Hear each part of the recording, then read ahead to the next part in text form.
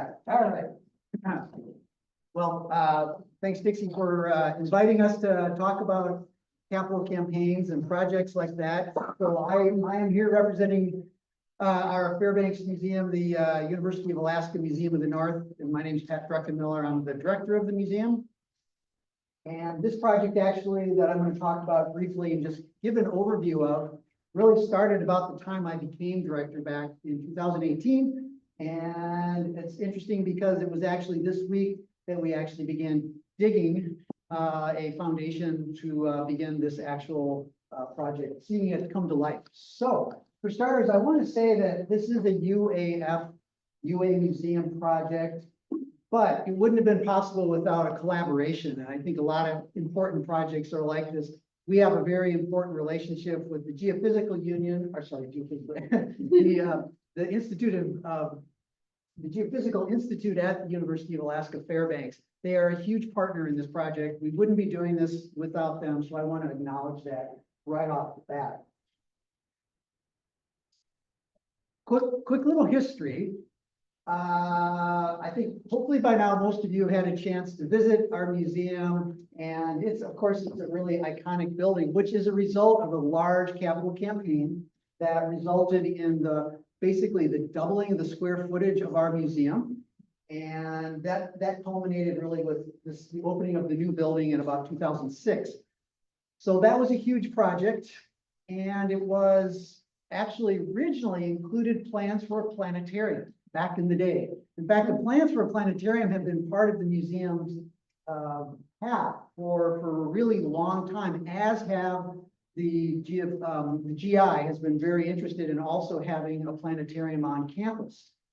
However, the plans for a planetarium with the 2006 renovation expansion had to be put to the side in order to make sure there was enough money to do the rest of the job. Okay, fast forward about another decade, and it turned out there was another opportunity to actually potentially bring this project to light, thanks to really a strong interest, and I would say a strategic alignment with a motivated anonymous donor. And that really was an opportunity for us to say, wow, here we have a donor who really is interested in seeing this great addition to the interior community, and recognize that the museum was a really great place to make that happen. And that again started about the time I began as director. But let me just back up a little bit and say, like, why a planetarium here in Alaska in the interior? So to begin with, there are 4 planetariums currently in the state of Alaska right now. 2 in Anchorage, so one at the University of Alaska Anchorage campus, one at the Anchorage Museum. There's one in Djuna, and then there's a new one that apparently just opened in Sitka, which I don't know that much about. And anybody here is familiar with that, I'd like to talk to you afterwards, because it's a new thing apparently. Well, as you can see geographically, there's kind of a big gap right there in the middle of the state. So essentially there is no planetarium. There's no dome theater. And I want to call it sometimes a dome theater because it's not just for space science, right? This is a really immersive theater where you can talk about all sorts of really cool stuff. And there is nothing like this currently in the interior of Alaska, serving like 100,000 people right here in the Fairbanks North Star borough. So we thought, hey, this is great. The Geophysical Institute also, again, recognized that this was something they wanted to be around as part of their outreach efforts as well. So right again, this collaboration was a critical part of making this happen. The other big thing that I think really brings us together as an ideal place is that we have this wonderful research university right here on our doorstep that actually does all the cool research we want to talk about in the planetarium. So if we want to talk about the aurora, which is of course a huge attraction to the interior, right there, the GI, they have the scientists who do the aurora research, and they have the instrumentation and they have the experience. But again, it's more than just space science. It's all the cool other things that we do at this university that are both in the natural and the cultural history side of life. So there's no real boundaries of anything potentially possible that if it's done at UAF, it's potential for us to talk about it in a planetarium show. But of course, Arctic themed, northern themed, circumpolar north, call it what you will, that is definitely going to be one of our focuses.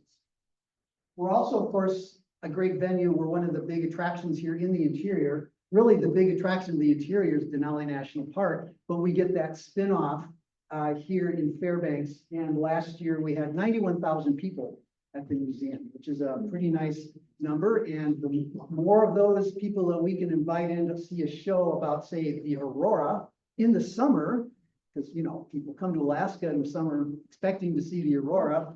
Well, now they can actually see it. We have a place to talk about it. It's also going to be a great place for school groups. You know, we have thousands of kids that come through the museum every year right now. And it's also planned to be used as a classroom for UAF classes. So it's got a lot going on. Just briefly, these are some of the schematics, so the elevation plans. The upper view there shows if you're standing sort of in front of the museum, it's a view actually of the south face of the museum, with the planetarium here off at the west entrance, and then here over the lower images of west elevation of that.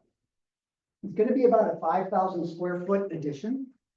And the space will include basically that it'll connect directly with the existing museum hallway right here into a new lobby space, a lobby which we can use, of course, for new exhibits as well. I'll come back to the planetarium in just a minute. One of the nice things that's coming out of this is actually we will now be able to have an all-gender restroom in the building, which is also a really great part of the project. The planetarium itself is an 11-meter dome. If you're familiar with, say, the dome at the UAA planetarium, that's a 10-meter dome. When you go up 1 meter, though, it doesn't sound like much, but it's a big difference. And in fact, it allows us to put in about 65 plus seats. We'll see what the final number is because there's still a little fudge room there. The dome itself will not be sort of horizontal, but it'll be tilted forward at an 18-degree angle. And the seating in the auditorium will also be angled. And this basically allows you to sort of sit back rather than having to crane your neck too far back. It allows sort of a more natural viewing without ruining your neck. The company, one of the two big companies really out there called SIA, is providing the projection system. There'll be 2 projectors in the 4K format, and Skyscan is the digital software basically that will be running in there. It's the same that UAA uses as well, which is kind of convenient in case we need to we can actually connect our 2 planetariums together that way. So it's kind of nice. I'd also like to say that although the structure, the majority of the cost for the planetarium are funded primarily by one donor, the dome, and this was designed this way from the start, the dome, the projectors, and the software are all being funded specifically by a 50-50 contribution from the Murdoch Charitable Trust and the Geophysical Institute, who's actually providing the matching funds, because Murdoch is a 50-50 match. So here's what the process looked like in a nutshell. The last 6 years of my life. We began talking with the donor in earnestness about 2018 and began working with our design and construction group at the university. That's everything we do at the university that's construction related needs to run through them. And we started looking at some initial design. We started looking at some numbers. Those numbers were higher than expected. Surprise, surprise. And then we would go back, we talk to the donors, and we go back and talk to design and construction and some engineers. COVID hit, and like everything else, a lot of things kind of slowed. We thought perhaps they slowed forever, but actually coming out of it, we began re-engaging with the donor, and then actually with an initial contribution of funds by the donor, we're able to engage the services of an architect and really began producing the first 35, 65 to 95% construction documents. At each step of that process, we also had to talk about the budget again and again, And it wasn't until we actually reached the 65% document phase that the donor said, all right, I think we found overlap with their capacity and the price of what we want to build. Because of course, you could always build bigger and better, but that there are limits. And in it was about almost a little bit less than a year ago that we were able to get the commitment for the funds from the donor for the project. Since that time, we've continued working on completing those construction documents to the 95% stage. We did find costs were still a little bit of an issue. So we did have to do some later stage redesign in order to make sure our costs kept within the actual donation amount. But happily, that was made possible. And about a month ago, we were able to actually secure the funding from Murdoch. So that was a great step, just making sure we got the award. And as I mentioned, this week, we actually started breaking ground. And if you were there at the museum, you would see potentially, I know a few of you here got to see one of the two totem poles come down. That was an interesting process to watch. And right now, we're looking at a construction completion project about this time next year. Honestly, I think it's going to be probably more like December, Christmas time of next year that this building will be ready to go. So I will welcome you back at that time to come and check out some shows. By the way, we are actually working with the Geophysical Institute to develop one new planetarium show, kind of an introductory show about 15 minutes in length. And we're also going to be developing with Miles Organic I was going to call it a land acknowledgement, but she said it's going to be a sky acknowledgement that will actually welcome all shows with this sky acknowledgement from Native perspectives. The last thing I thought we were going to talk about, we can talk about this more, but a couple of quick lessons that I learned in this process. Staying in communication with the donor was huge. And here's the thing, here's the biggest single thing I learned about this process. This is the biggest single project of this nature I've been involved in. When you're doing fundraising successfully, I always kind of envisioned it like, oh, I go and I beg this person to give me money so that I can do this thing that we want to do. When it's done right, you're doing them a favor because you're helping them realize their goals. Their goals were to see a planetarium and to see this great new addition to their community. We have the same shared vision and we bring together our collective resources. We made it happen. That's what I learned more than anything else. That was really meaningful.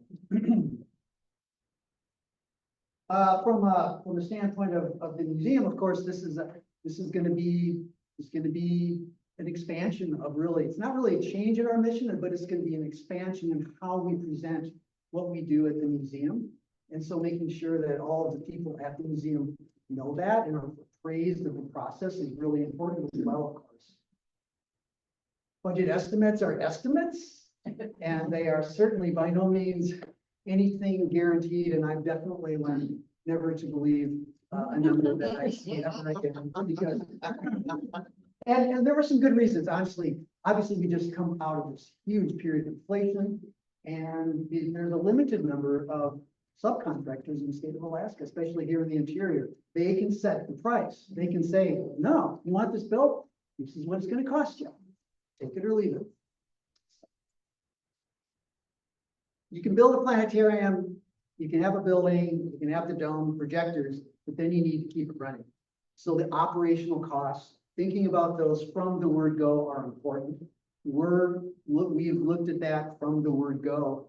And the operational costs of this project are going to be partly carried by the sales for the tickets for the planetarium shows, but also again, because of this tremendous contribution with the Geophysical Institute, who are actually helping us with some of our staffing needs, which is wonderful. And the last point is this was a new project for everybody. The architects were building their first planetarium. The design and construction folks, they're building their first planetarium. The construction, the general contractors, first planetarium, still seek outside support. And we did that. And there's actually a group of three gentlemen from Canada who are collectively have built something like 30 planetariums around the world. And they were providing us guidance throughout this process. And that's really, really good. So I've probably taken up my time, so I will shut up and I will turn it over.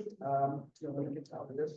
And I guess we'll have opportunities for discussion here as we move on. Thank you.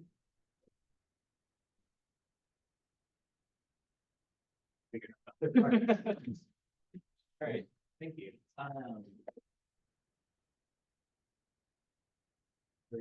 Hi, everybody. My name is Greg Stewart. I am the Director of Grants for the Alaska Native Heritage Center, and in that role, I do hundreds of things. And one of those things is help renovate our building and also try to build a new building on our campus. And so I'm going to walk you through a little bit what our projects look like and how I've approached capital improvement projects more broadly and where we're at right now and what I'm hoping to see the future of the Heritage Center look like. So one key feature here is that part of our capital improvement project, we actually got rid of that window. Left-hand side of that image there. So we no longer have a ticketing window because we don't sell tickets in that spot. And we haven't for I don't know how long, probably never. If you don't know about the Heritage Center, our mission is to preserve and strengthen the traditions, languages, and arts of Alaska's Native peoples through statewide collaboration, celebration, and education. We really are statewide. We do things all over Alaska. We have a vision of thriving Alaska Native peoples whose cultures are respected and valued. We titled our capital campaign this year as a $25 million for 25 years, and we're trying to raise $25 million in this kind of 12-month period, which started in March of this year as we announced it at our spring brunch fundraiser. I have been raising funds focused on capital improvements since I started at the Heritage Center in 2021. It was one of the mandates that I received. It's sort of like a goal that we wanted to see realized as part of our institution. And so we have broken down our capital campaign into 4 phases, and this $25 million value is focused strictly on phase 4. All the first 3 phases we are fully successfully fundraised for already. So phase 1 was wonderfully funded by the Rasmuson Foundation as well as the Economic Development Administration. And so I do a lot of paperwork.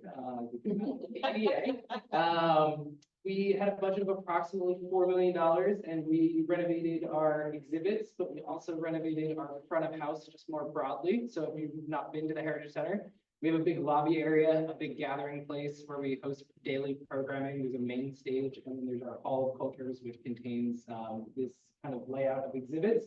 This is actually the future of this space that we're executing this winter. We did kind of an interim execution of these updates, inclusive of several traveling exhibits. So it was an opportunity for us to really highlight and showcase some stuff in between different versions of this building.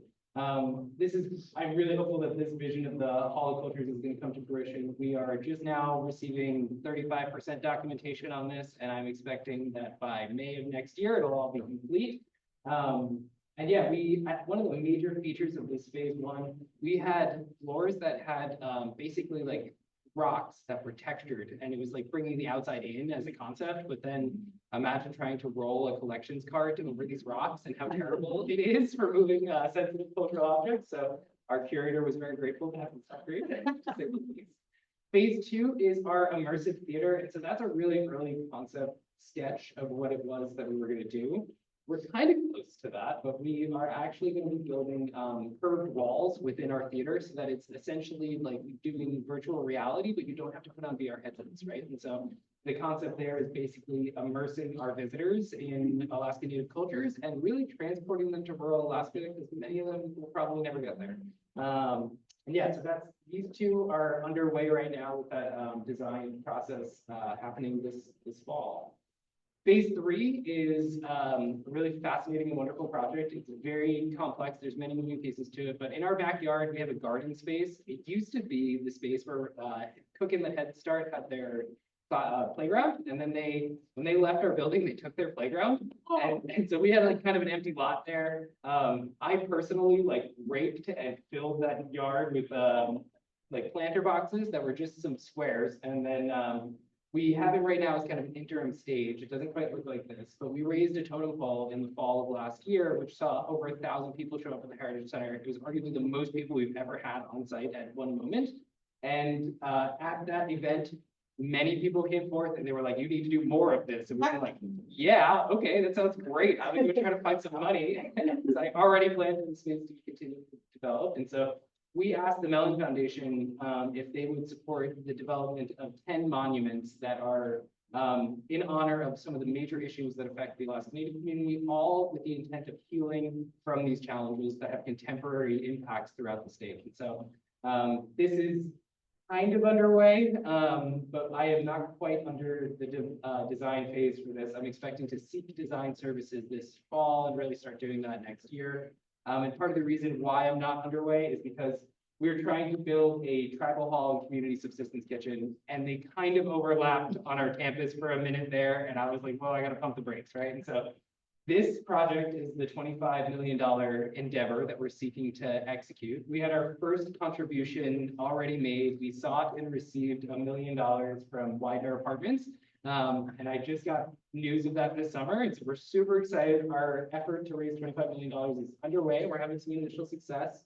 I am doing a feasibility study, which is like 2% design right now for this. And so I've received a lot of kind of discussion and deliberation amongst our team and the community of stakeholders about how to do this, where on the campus it's going to live, in what format, for what audience. And so we are currently in the midst of figuring that out. As far as the kind of campaign operations go, it has been a lot of grant-focused efforts over the years. It's been many, many years in the making. I've written so many proposals. I've gotten shot down on a number of proposals for this many times over. Not a lot of people have wanted to fund our exhibits necessarily, but we have continued to forge ahead in spite of that. And we've had a huge amount of success in partnering with the Bureau of Indian Affairs. A major part of our phase one was updating our collection storage. We had these classrooms that had bathrooms and weird storage spaces. We just ripped all that out. We were like, let's just make collection storage because we are bursting at the seams for collection storage. And so one major component of our partnership with the Bureau of Indian Affairs is that there is the 14H1 collection. If you're not really familiar, essentially, ANCSA had a provision where they had to go around the state and identify culturally important sites. They made a ton of documentation, belongs to the feds, but they're going to let it live in our building, and it's going to live in that space. And it's going to really empower a lot of engagement with cultural information for the statewide community. So all that said, I am currently in the midst of my campaign. I am trying as hard as I can to raise $25 million. I'm expecting this fall to do a strategic outreach campaign, really focused on getting the word out and making an ask to a lot of people. So I've been doing a lot of intentional research across different industries, different individuals, different people in Anchorage, people who have influence in Anchorage and in Alaska, as well as like ties to Alaska, even if they're based somewhere else. And so my efforts to try to raise this money are going to unfold primarily over the next 12 months, even though we're kind of doing 25 for 25, or our 25th anniversary is going to be celebrated, I think, for a couple of years here. So, yeah, I could probably answer a ton of questions and say like a million more things about this project, but I also want to reserve some time for everybody else and for questions. So thank you. Bye.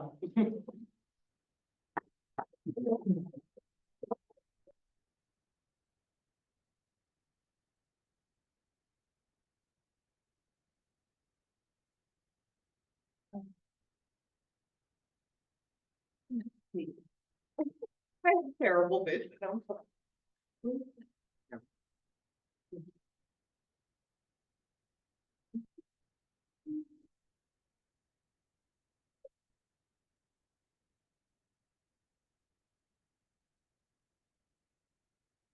I'm very technologically advanced, as you can tell.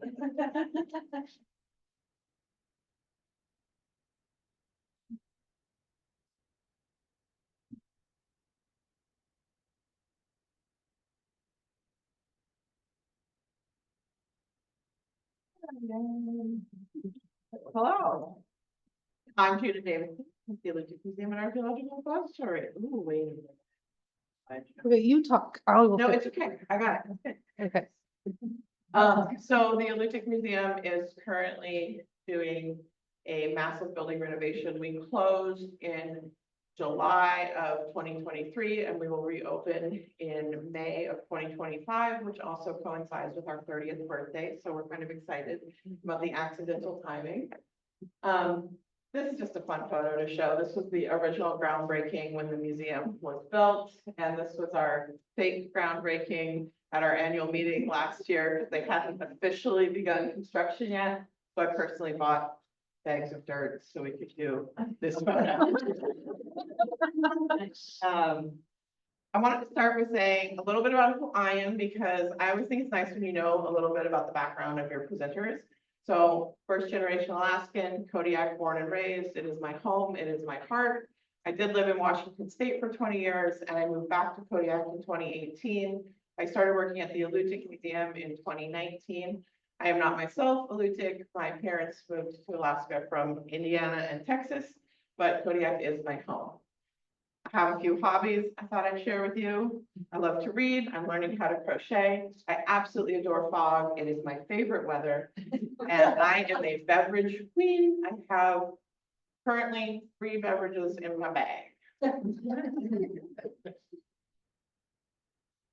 So I sort of went a different route with my presentation. I am going to talk about our project, but I also kind of thought we were supposed to give you some tips without really talking about our project specifically. So I wanted to share some of the things that I have learned. I have personally done a lot of community fundraising, and since I started the museum, I've been part of the ongoing membership and donor sort of year-round annual fundraising. But this is my first time working on a capital campaign project of this size. A lot of the fundraising I've done before my time at the museum was just community fundraising with a group of friends throwing events to support local nonprofits. So while still impactful and meaningful, much smaller scale than our $14 million project. So I got to do some training with Foraker, which really helped me sort of think about how to approach a capital campaign, because if you guys haven't done one, it's a huge thing to undertake. And it's a huge thing to undertake too, because you're all continuing to do your annual fundraising and all of your annual activities while you also have this massive balloon project happening. So these are some of my big tips. You want to build a timeline and a target for your campaign. What is your goal? Our project is a $14 million project, but because our team is very good at grant writing, even though we've raised $14 million for our capital campaign committee specifically, our goal was $500,000. You want to make sure you have a clear definition of what your staff responsibilities are for your campaign, because a lot of our staff are archaeologists and collection managers and exhibit designers, and they were like, do I have to ask people for money? You want to make sure that they know that they're an ambassador for the project, but they're not necessarily expected to help with the fundraising. And it also helps with that clarity of who to direct potential donors to, so that there's someone who can answer all those questions. Developing the public message, building your capital campaign committee, which is members of the community who are supporting your project. And you want that to be a very engaged committee, which is challenging because everybody's busy and a lot of people are excited about your project, but as the months go on, they may not actually be helping you bring in very much money. That doesn't mean that they're not helping you with your project, but you have to be sort of targeted about who you're looking to get help from when you're building that committee. And then preparing for the unknown, like Patrick mentioned, the costs are always going to be changing. COVID really impacted the budget for our project. And then Kodiak being an island, like the shipping and the traveling to get the materials to us was prohibitive. The options we have for subcontractors was prohibited. Our main contractor is from the mainland because there was no one in Kodiak that could do a project the size of our project. So just plan for what could go wrong. So the crafting the story part, I think personally, this is a really important part of your capital campaign. And so what I'm sharing with you here with these pictures is the types of media we were using in our advertising for our capital campaign to showcase the work that we do to help people get excited about how impactful and meaningful it's going to be for the community of Kodiak for us to have this expanded facility. So what our project is doing is in 2021, well, prior to 2021, we've been in the same building since we were created in 1994, but we didn't own the building and we only housed on the first floor. And the first floor was owned by natives of Kodiak. And the basement and the second floor were owned by, or sorry, first floor was owned by CANA, Kodiak Area Native Association, and the other 2 floors were owned by natives of Kodiak. CANA allowed us to rent the space for like $1 a year or something. I don't know the exact number, but like that was their annual donation to the museum. But in 2021, Kodiak Native Corporation and CANA came together with support from natives of Kodiak, and Kodiak purchased natives of Kodiak space that they owned, and then together CANA and Kodiak gave us the building. So it's kind of a unique start to our capital campaign. And we might not have been able to do this renovation project without that gift, because that saved us what, like $2 million to have the building given to us.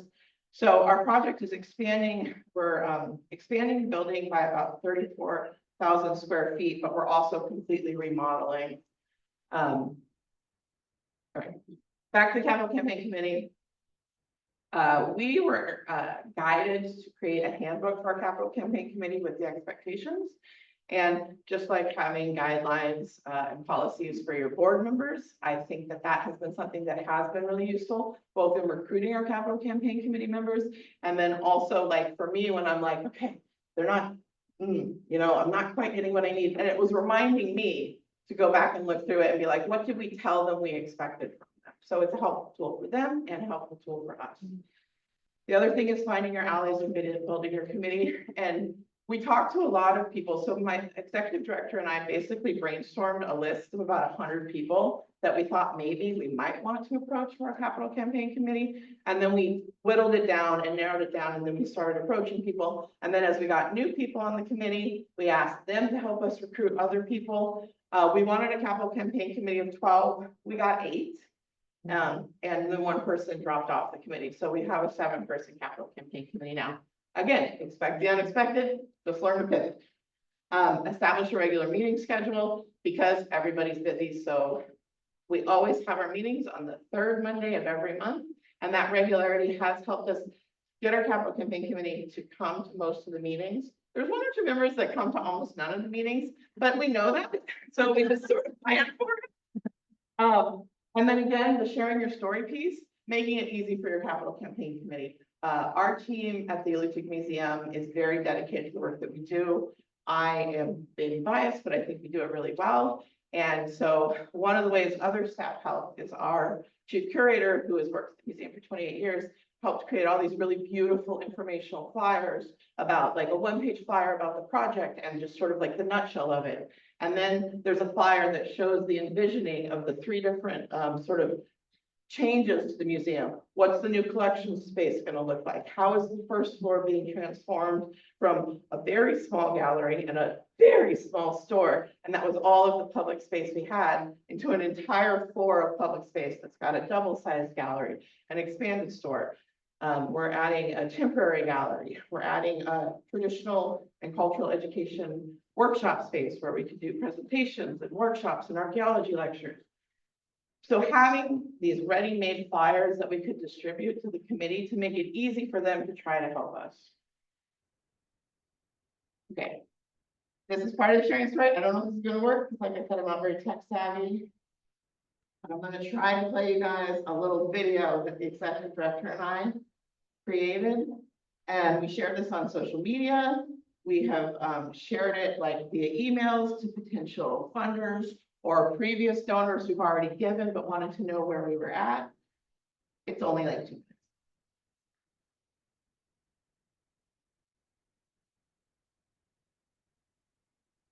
Uh-oh. You can't hear it, can you?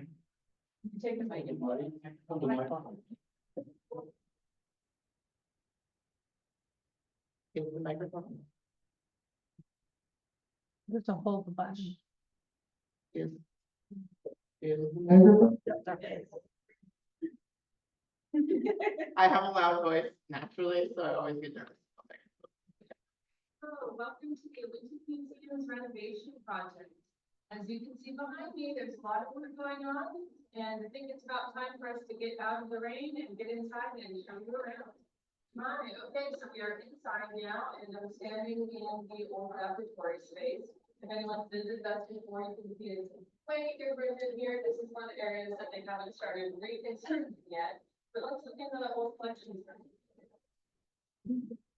So in here, we still have some objects, but we're over halfway done moving our collections from the old collection space to the new collection space in the basement. And so you'll see a few objects, but also a lot of empty shelves. Here is going to become our new laboratory space after the renovation, and so the storage in that far area and the next. Downstairs.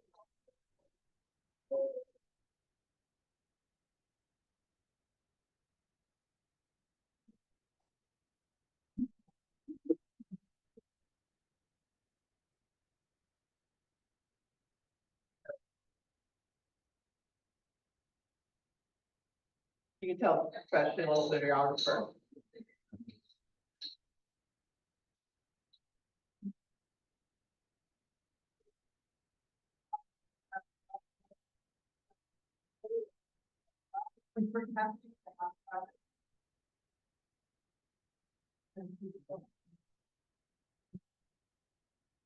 And we have found that people have really appreciated us having that sort of as something to share with them. And we're gonna make a new one soon because we've, at that point, we're so much further along than we were when we made that video. We made that video towards the end of July. So another thing that I've learned is it's really important to have a plan for how you're gonna recognize your donors. And I think it's important for it to be aesthetically pleasing as well. And there's a lot of different approaches to how you can do that. So this is gonna be we're calling it our honor wall, and it's gonna be right in the entrance to the museum. And we're very openly talking with donors about, you know, how that's one way that they'll be recognized for their gift. We have different sizes of tiles for different levels of giving. And they're glass tiles that are gonna be sort of like suspended and backlit. So it's gonna be like a really beautiful feature of the museum. And we start our donor tiles, our honor tiles, at only $250. I think a lot of times when you're doing a capital campaign, you're thinking only about your biggest donors. And those are important, and those are the donors you want to get first, so that you have like this hardy ground for your capital campaign. But don't forget that the people in your community want to support your project too. And so our capital campaign, I didn't actually put the logos for all of our donors in it because I was thinking more about like giving you ideas about how to prepare for a capital campaign than specifically promoting our project. But I do want to specifically share. So at this point, well, first I'll say we reached our goal of 500,000 in about May. So we raised our goal to 600,000, and we've now exceeded that goal for our capital campaign. But besides the capital campaign, we received a $7.4 million grant from the Exxon Valdez Oil Spill Trustee Council, which was the very first pocket of funding that we received that helped us leverage sort of the value of our project for other large donors. We received 1.8 million from Rasmuson. Cognac Native Corporation did another donation of $1.2 million, and they started us on our capital campaign before we were actually ready for our capital campaign. We didn't really start officially until January of 2023. But Cognac in 2022 was like, hey, we want to support your project, and we're going to do a match challenge. $1.2 million for Native corporations and Native individuals who donate to your project, and we're going to do a brunch this year in a month. And we were like, you don't say no, but we were definitely absolutely not ready to kick off our campaign. But you know, we did it. And in the match challenge, yeah, thank you. We did not in the match challenge raise $1.2 million, but Cognac is very gracious and supportive, and they still gave us that full amount. Murdoch Charitable Trust gave us $750,000. The Market Target Philanthropies gave us $1.2 million. The Don Clark Estate gave us $398,000. Through exhibit grants, we raised $789,000. Through collections grants, we raised $72,000. And so these are all of our big pockets of money that we got, and we are deeply grateful for. And then with the capital campaign, we've raised $601,000. And those, with the capital campaign, I want to point out too that like all these big gifts are super important for the project. But like our capital campaign includes people who gave $25, you know, people who gave $50. individuals who gave $1,000. And one of the things I want to share too is like, when you think about like the unexpected in your campaign, it's so important that if you're the one who's doing the fundraising, that you are really thinking about every interaction that you're having on behalf of your organization as a potential opportunity to build a connection that might support your campaign. I don't mean it in like a skeevy, take advantage of people marketing way, but I just mean being aware of that. So we had a really amazing gift recently that took us over our capital campaign goal. And it is an individual in our community who is engaged with the museum as an artist in our store, who has supported the museum for years. And she approached our executive director and was like, so how close are you guys to your goal? And we told her, and she said, I want to help you get there. And then the next time they met, we thought, oh, maybe she's going to give us like $10,000. She gave us $53,000. This is just a member of the Kodiak community. She had received a inheritance from her family, and she wanted to use it to do good in her community that she would see in her lifetime. We didn't expect that. We absolutely didn't expect that. So you never really know like where some of your most special gifts are going to come from. And then the other thing that I want to remind you about when you're planning your capital campaign is to plan your party, because you want to celebrate the success of what you're going to do. And this is my shameless plug to invite you all to come to Kodiak in May of 2025, because we are going to have an awesome party over multiple days to celebrate not just the success of our project that we are very, very proud of, but also to celebrate the 30 years of the Alutiiq Museum. And I think that's my last slide. Thank you.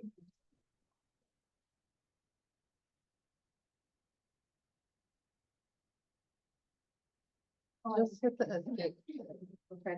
Can you believe I'm in charge of the campaign and I can't even operate a computer? Oh, good. I was saying, Dixie. I know. No, no, no. I know, get out of there. Get out of there. You're like, don't do it. Whatever you do. Thank you.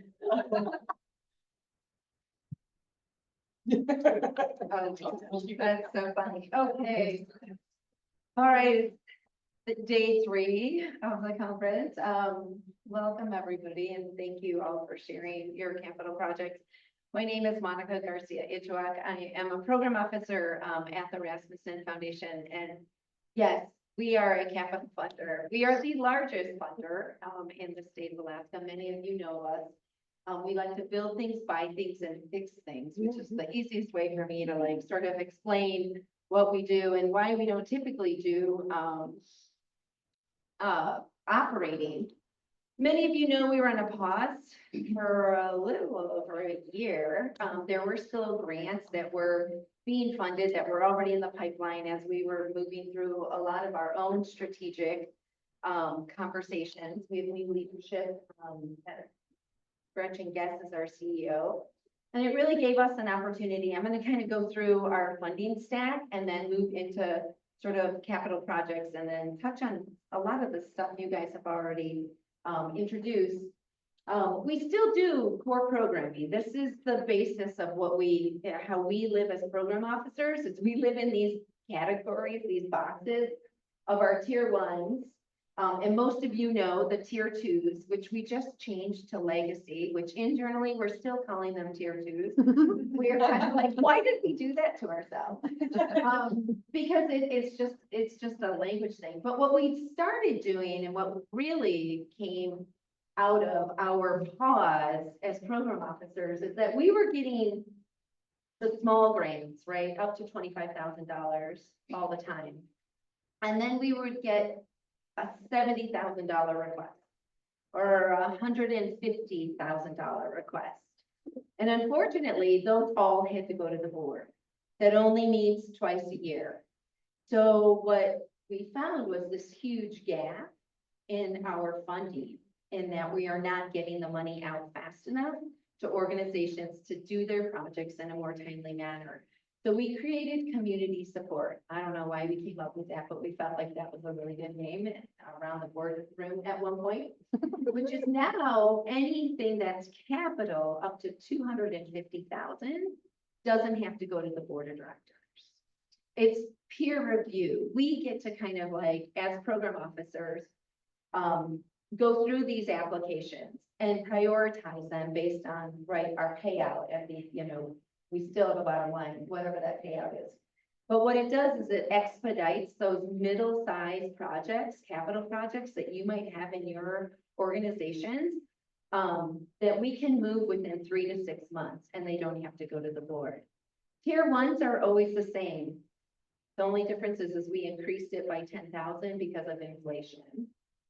And I think the big thing for all of you to recognize in our grant making is that we now are okay with the 15% interest, which is us just saying as capital funders, we're sticking our toe in the fact of unrestricted, which we really never did. We would do it in a way that was kind of, if it was a contractor who did X, Y, and Z that had a very specific role within the project, but it wasn't just for overhead. So if we give you money for a vehicle, which we fund a lot of vehicles in the state, or, snow machines or forerunners, those types of things, it never included the indirect. The other thing about tier ones is those are rolling. So those are really quick grants you can get. This is your entryway into any of our other funding. So if you've not had a tier one with us before, you want to get a tier one.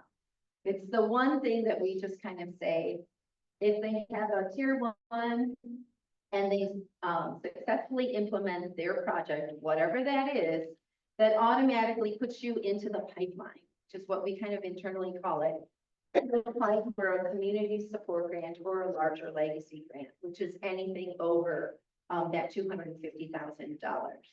What's new about community support grant, which we are also piloting, is this programmatic non-capital support, which we've never done before.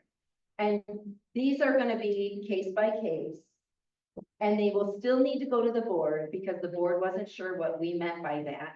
And we kind of do. And kind of don't. To be perfectly honest. We were like, yeah, let's do programmatic stuff. Like, what would that look like? The best way that I can describe it and the way that we get excited about it is that it's something new. It's something innovative. It's something you haven't done before. It's an opportunity for you as an organization to grow and to expand or to push in a programmatic space that you've never done before. The board is really curious about this, and so are we. So I feel like if you have an idea, just pick up the phone and call one of us, and we can kind of walk through what that might look like.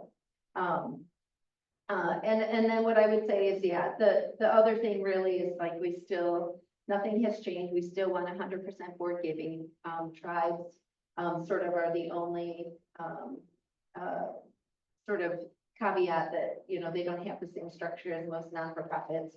And our board still, we tried to get them to move to three board meetings a year so that we could move grants faster, but they were still June and December. So that timeline is still the same, but I just wanted to kind of give you a quick overview of this kind of core programming that we continue to do. The other one is we are going to be, I get a lot of questions about individual artist awards. I am currently running this program. We are going to launch it. And this is just something really great for you to go back to your communities, is that we will launch in 2025. We will continue to do Distinguished Artist Award. I think the big shift here is that we are going to alternate project awards and fellowships. Right? So this is the biggest shift in this grant making program. Although what we were able to do is increase the amount of awards that we give out. So being less of a gatekeeper for that individual artist award money, we will now do 50 $10,000 awards every year, like in 2025, it will be project awards. In 2026, the fellowships will go up to $25,000 awards. So you still have to wait, so it's this alternating, but we're doubling the amount of grants. So I'm actually going to Chicago for Grant Makers in the Arts, and we are gonna highlight a little bit of what this looks like. And we are also looking for national reviewers to sit on that panel. Sabbaticals are for leaders. If you don't have a sabbatical program, I'm just gonna say we can talk about that later. We should figure something out, because all leaders and people need a break. And then our multi-year grants. So we still do project investments. These are the really big projects like housing projects, where you can get a lower interest loan. And we still have long-term partner renewals. So the Foyker Group, Alaska Community Foundation, and Strengthening North. We do camps, State Council on the Arts, Museums Alaska. I think the other one that's not on here is Parks and Rec. And so these are anywhere from 3 to 5 year long-term partner grants. And some of these are being, in conversation about whether or not we are the only funder for some of these programs and what that looks like in diversifying your revenue stream. We talk a lot about, putting all your eggs in one basket and just diversifying your funding. It really is relationship building. So I wanted to kind of give a high overview of what we're doing and then move you into pre-development toolkit. So my other hat I used to wear was at the Foyker Group, and we would do a lot of pre-D. Rasmuson Foundation funded this program. So I'm very familiar with the pre-development toolkit. The one thing what I would say is that capital campaigns for any of us, and I heard all of you say it, this is a marathon, right? These projects can take up to 10 years. They're not sprint races. Don't burn yourself out. And it's really a constellation of individuals, unique individuals. You mentioned the committee of people who are going to hold it to own it.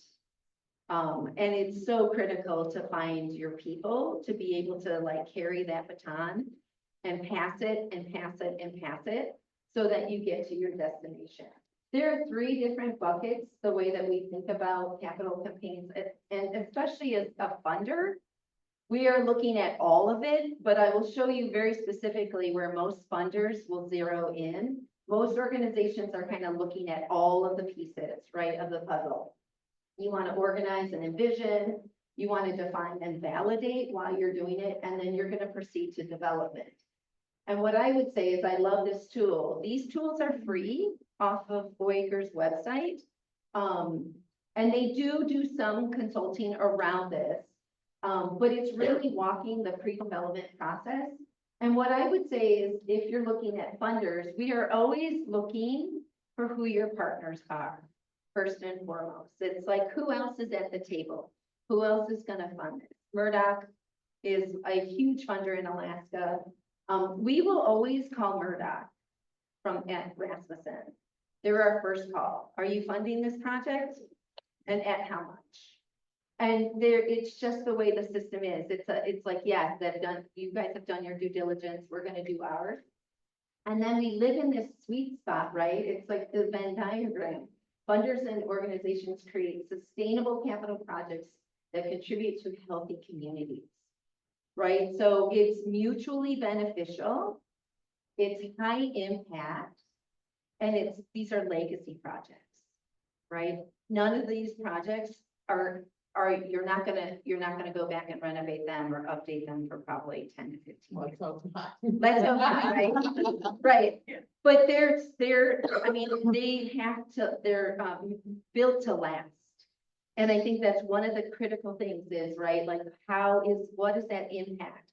Not only for your community, but for the state of Alaska and for all of the ecotourism that comes into our state, right? We are a destination. We are within the top 10 bucket list states in the world. And so we have to play the A card. Many of you have heard me say that before, but the other thing I would mention here is in the capital project pre-development flowchart, this is where, like, as a funder, we're gonna come in. You know, there are all these other steps that an organization should do within the multiple tiered phase steps. But like, we really wanna like acquire a pre funding, like, we wanna know like what that looks like. Who are you talking to? We wanna know what your total project is, not just the piece we're gonna fund, but your total project. We wanna know how much the square foot is. So a performa was another thing we're gonna ask about. And then under define and validate, we're step number 5. We wanna evaluate the potential funding and develop a plan for finance. So we'll look at your funding stack, and if it says secured, we're like, yes, okay, they're 40% of their 100% budget. They need 25% more before we would be even willing to go in to that project. So we want to know sort of what that fiduciary plan looks like, and how you're going to get there. And that's a conversation. So what I would say, right, especially for Rasmussen, we're very high touch. Our goal as program officers is to get to yes, to get your project to the right, to put it in front of the board, especially if it's over that $500,000. And then to advocate and to make a case for why your project is sort of should go to the top before some of the other projects. I will say too, the foundation loves museums, libraries, cultural centers, heritage centers, radio stations, like all the humanities. They just love them. And then you get to this point where it's like, okay, if you've done all of these steps and it actually looks good, and then you're going back to those steps, then you go back to these steps, and then you go back to it. Like, it is this like ebb and flow. It's really about, if you continue on phase 3, it's really acquiring funding. And then the sooner you have, for us at the foundation, we like to see at least 65% of the funding secured and or pledged or pending. So it's not easy. So you guys have done it. To get, to just secure funding. What I will say is there's a certain point in any capital campaign that, I don't know if you guys want to chime in, but where you feel the momentum, you reach this point where you're like, okay, everything is just like falling into place. There's like a rhythm to the money and to the ask and the people that are getting excited about your project. And I always think that's the sweet spot. So before you leap into a capital campaign, these are words from Diane Kaplan. And Diane would always say, make sure you understand the financial implications of your capital project. Really know your bottom line, know where your money's coming from, and know where it's going to be spent. Always understand that the money is coming from to build and operate a facility. So it's not just raising the money to get it built. You have to operate it. And what I would say, when I first moved up here in 2010 to work at the Anchorage Museum, it was after the second expansion, when the Imaginarium was built and the whole new side. And I remember very vividly, the very many conversations we would have at the leadership table was, we didn't have enough security guards. We were ordering quadruple the amount of toilet paper. I mean, it was like this, like really operational, in the weeds kind of conversations around our building just expanded by 3 times. And now how do we actually live in this new space? Reach out to other like-minded organizations, like learn from each other. They've gone before us, so we can use the tips and tricks that they have done. I always say like the good, the bad, and the ugly, because you're going to go through all 3 of these stages in a capital campaign. And just know to ask for support.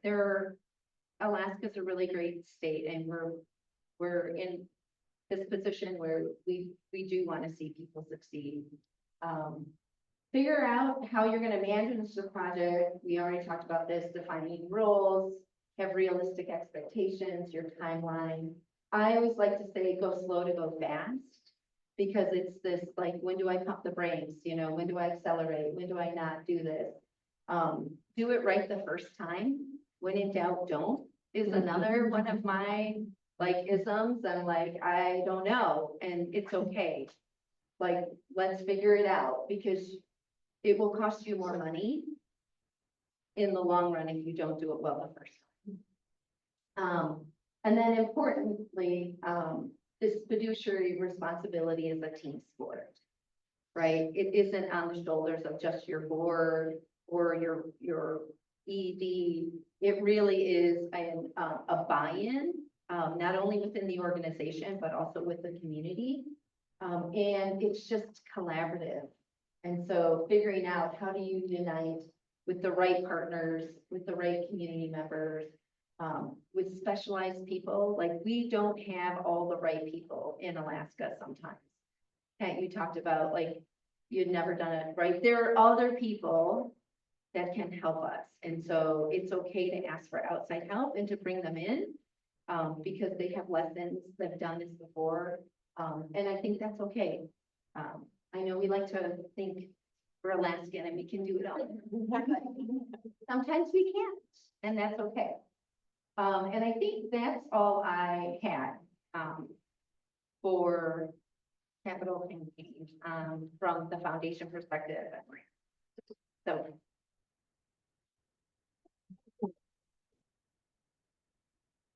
It's a max, it's not gonna touch it. Have any questions?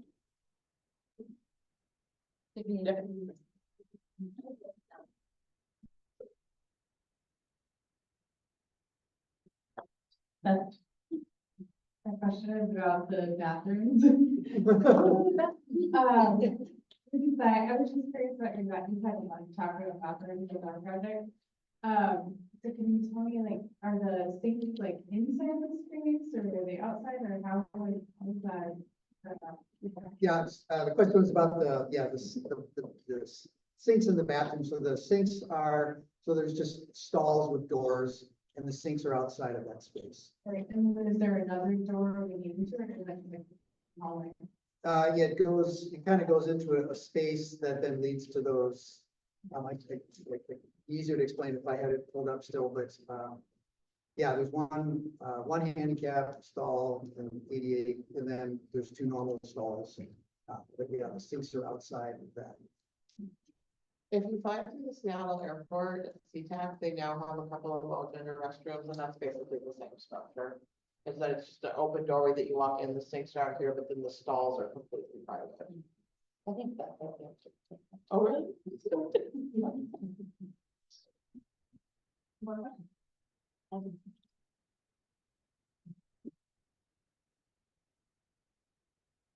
If there's no other questions, one thing I didn't really elaborate too deeply on, like, the strategy we're using at the Heritage Center is more kind of described in promoting my project, but one thing I would like emphasize is in our efforts, we are really taking an approach to look at, like, federal, state, and local government, right? And saying within those buckets, who are the right people to talk to? Who are the right funding opportunities? What are the right agencies? How can we get in touch with them? Who do we know in those places? And making the outreach, right? And that was our first strategy. That was like kind of our quiet campaign, right?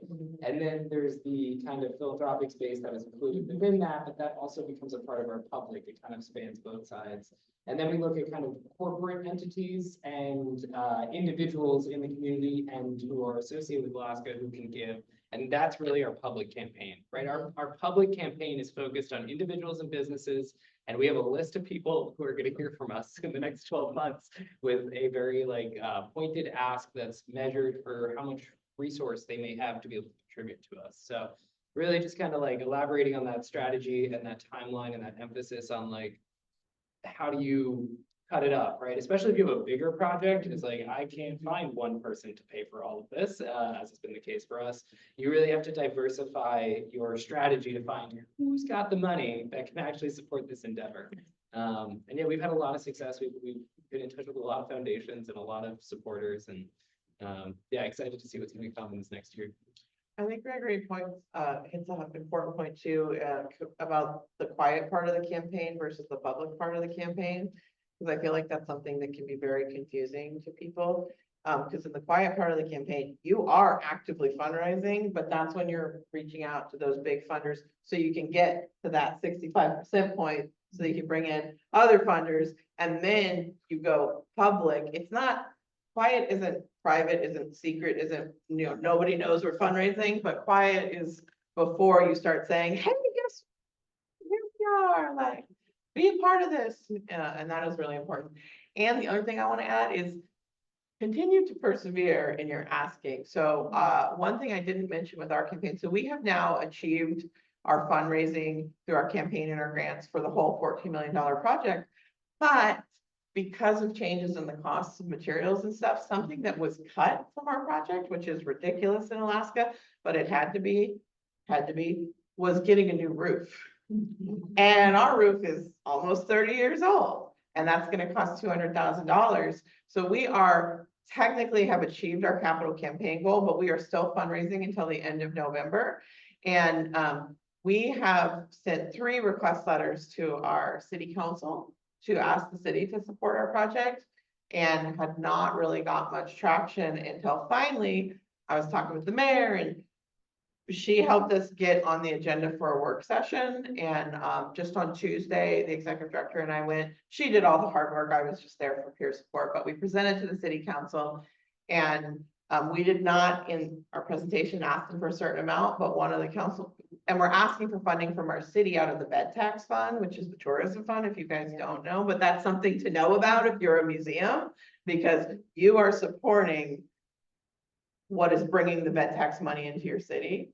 And one of the council members, we didn't ask for a specific amount. One of the council members says, well, bring us a letter for a specific amount. I'm like, okay, we'll write a 4th letter requesting money. Previous letters did ask for a specific amount. That's okay. We're going to ask them for $200,000 to pay for the whole roof. We'll see how it goes. But just, you don't want to be like so persistent that someone never wants to ever look at you again, but also like kind of don't give up necessarily either. On a similar note, make the ask for the value you need. Yeah. Right? I asked initially everyone for $8 million. And then everybody was like, no, get out of here. We can help you maybe with less. Tell me what we could do if we were at a different value. And then I had a lot of back and forth, and I really enjoyed working with Chris Perez on this point at the Rasmuson Foundation of like, give me all these different values. Let's work through it. It's like negotiating, Yeah. but in a very friendly kind of like even-handed manner. Wait. Is there a question? I did have a question, Yeah. but if we need to. Oh, I was just gonna say with that too, like, when you're asking for money, try to know your funder too, because some people want to know exactly how much you want to ask them for. Other people want to decide for themselves how much they want to give, but they want to know how much you need. And that's sort of a game you got to play of like, do you want me to tell you like, just give me 8 million? Or do you want me to tell you that I'm gonna need 8 million? And then you get to decide how much you give, and that's a game you gotta play.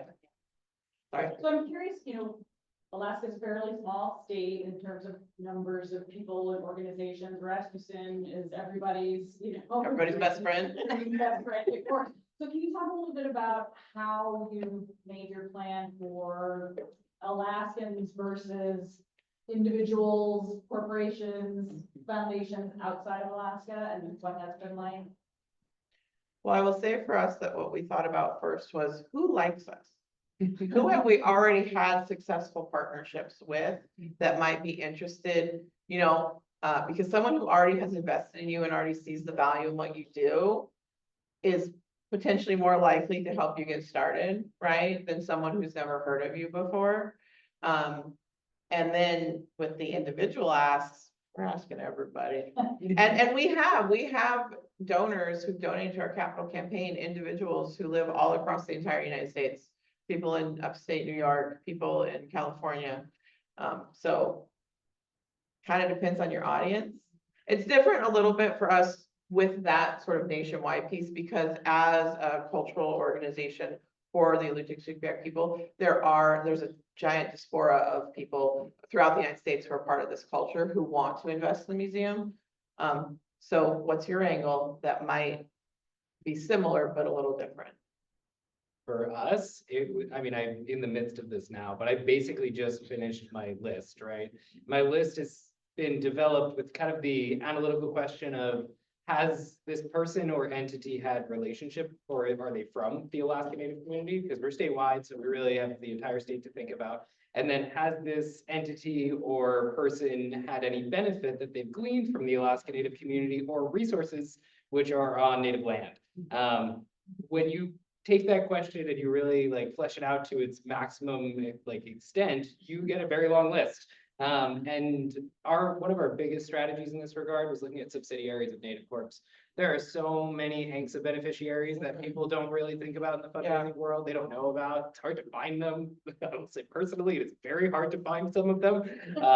But that's kind of our approach and our strategy. I also looked industry by industry, right? So if you're a tourism entity, if you're doing really well in the tourism world in Alaska, how can we have a relationship? And maybe I'm not making the ask to be kind of like they're not necessarily a donor that I'm trying to get for my capital campaign committee, but I can inform them of this project. They can engage us in a different form of support or partnership that can help offset operational costs in the long run. And so in that regard, I am trying to become a better cooperator with the National Park Service, right? Or I'm trying to steward the cruise ship industry to get them to invest in our project or make programs with us and stuff like that.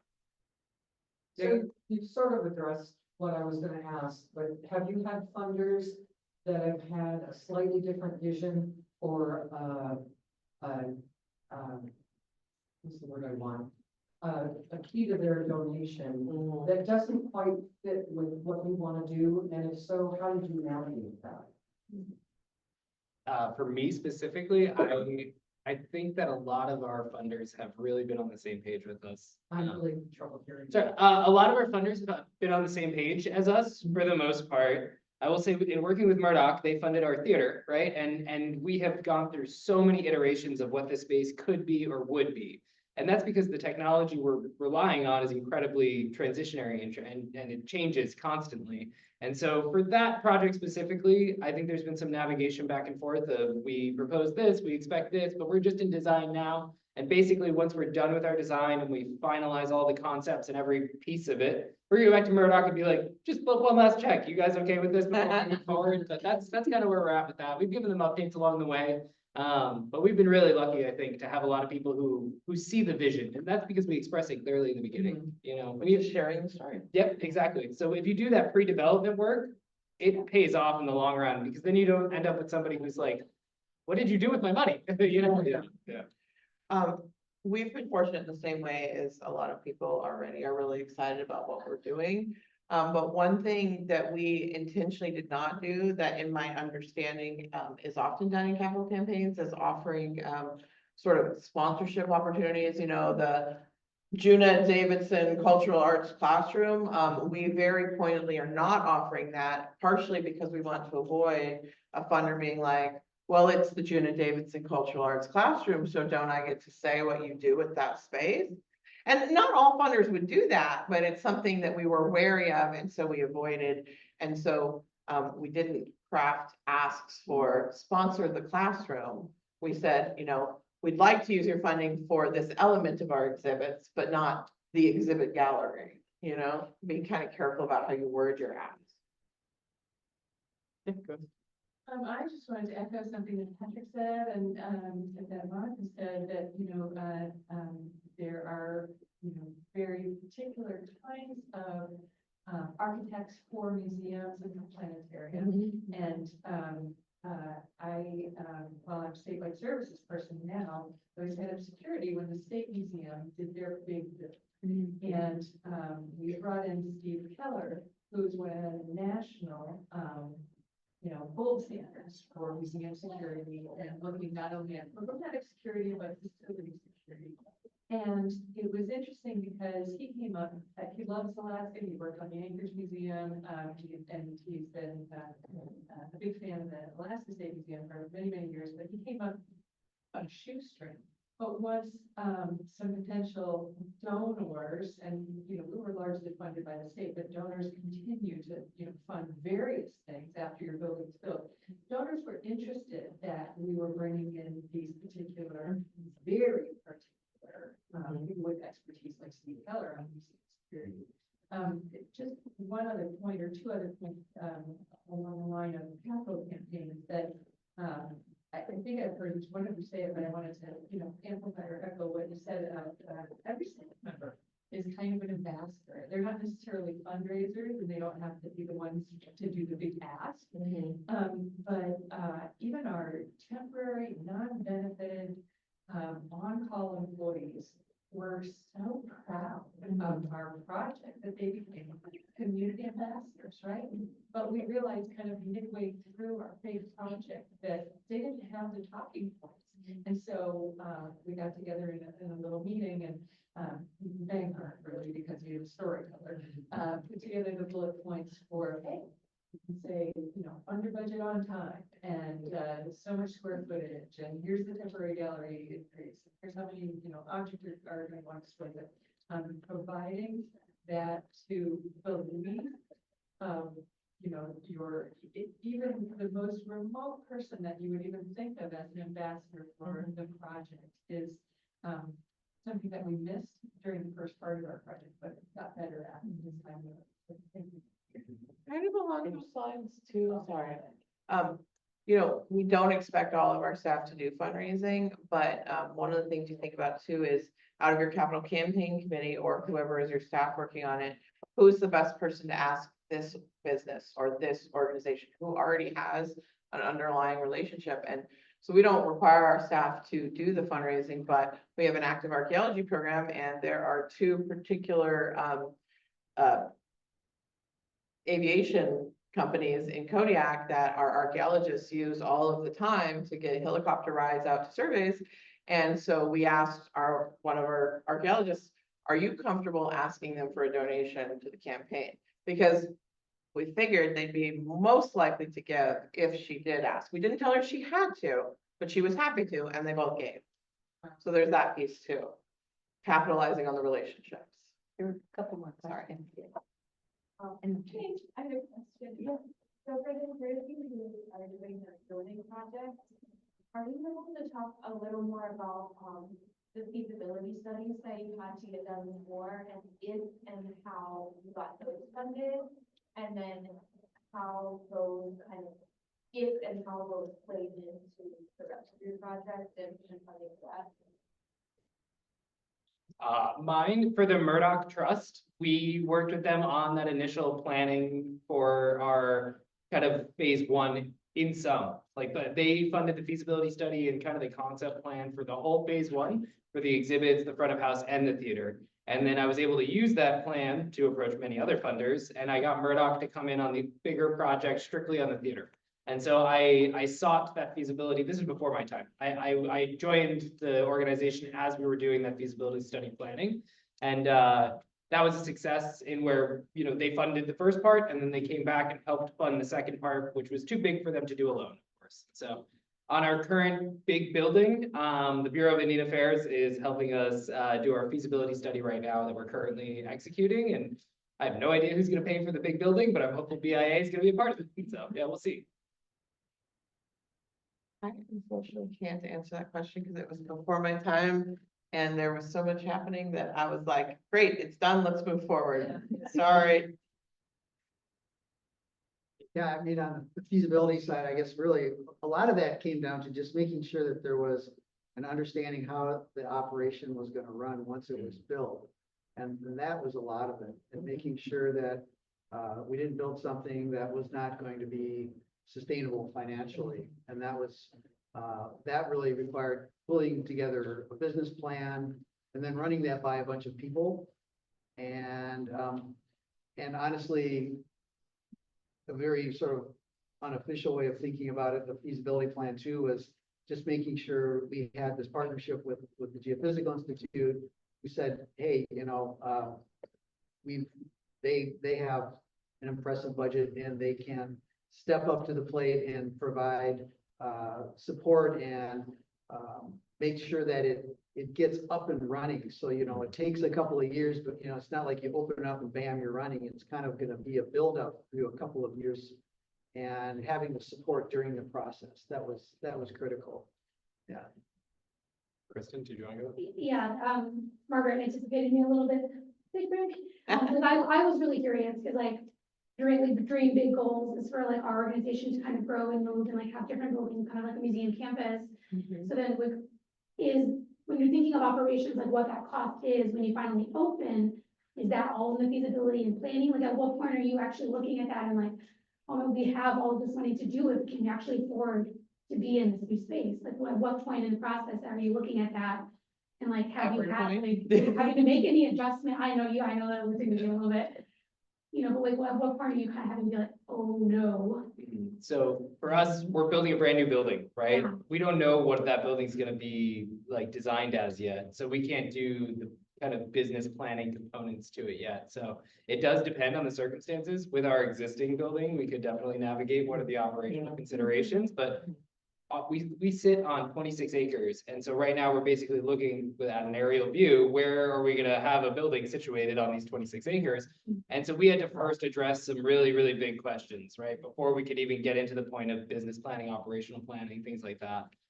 So it does depend on a lot of circumstances and variables that kind of come up. But if you're looking at building a brand new building, it would be figure out what your building's gonna be. And then you get to the point of what is the programming of the space and how do you staff it and operate it? What are gonna be the demands on your utilities and things like that? Yeah, because for the planetarium, was like that part of going to the donor?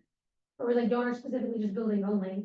But the donor was very interested in knowing how this was all going to work out. What was the operational plan? We had to make that very explicit from the get-go, because the donor's a very wise person who understands how these things works and wasn't gonna sit around and hear any BS about it either. And it was understanding commitment that the university would help, as they do with other buildings, cover like electricity costs, because we are a university building. But making sure, there was a business plan for how much we might potentially charge for tickets and how that factors into the overall operational cost, mainly staffing. But then also programmatic costs, like, all right, now you've got this thing, now you need to actually buy these shows or produce your own, which is really expensive.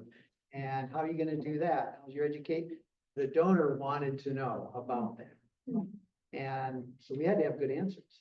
Yeah, and so without having a good answer, I don't think it would have. And by going back to Mary's point too, having the planetarium consultants on hand, that was super helpful, because they pointed out stuff too, like, this is what you should expect on the financial side, and this is, well, they contributed to so many different levels. That was really great perspective. Don't forget too about government issues. Like, for example, when we were planning our building, we had this vision that our cultural and traditional education workshop space was something that we might be able to get a little income from by renting out to community events, because there's not a lot of public spaces, conference spaces in Kodiak. But our borough has some I'll say challenges in being generous with their taxes. And we learned that we can't do that. It would be basically punitive to us to rent out the space. So just kind of looking at how things that aren't even part of your project, but you're like, oh.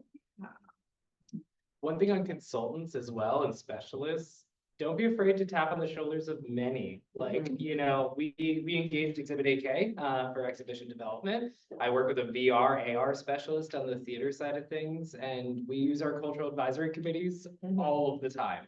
So there are so many different ways you can think about pulling on the expertise of specialists, of people in your community, people who know the things you don't know, and leveraging that to be able to make a more compelling ask, So. Yeah, in fact, we're enjoying Yeah, and what I was gonna say is, I think when you're in if you're in a legacy grant for Rasmuson, the consulting line is totally fundable. Like, we are like, oh, they're using so-and-so or a professional, or, and that is totally covered. because it just supports the program, right? Like the project in itself for a successful implementation. So, yeah, And we have for our project, we had, they're not as active now that things are sort of really moving along. And we're actually potentially getting occupancy in November to start building our exhibits, knock on wood. But we did have a construction advisory committee made up of experts that we were working with before we started asking for money. And we have an exhibits advisory committee that we're still working with. And so that is other things that we can mention in our applications, that like, we're really trying to vet what we're trying to achieve by getting input from various sources before we move forward. And as we continue. Well, we've hit our time, but I want to thank our panelists. You guys were all amazing and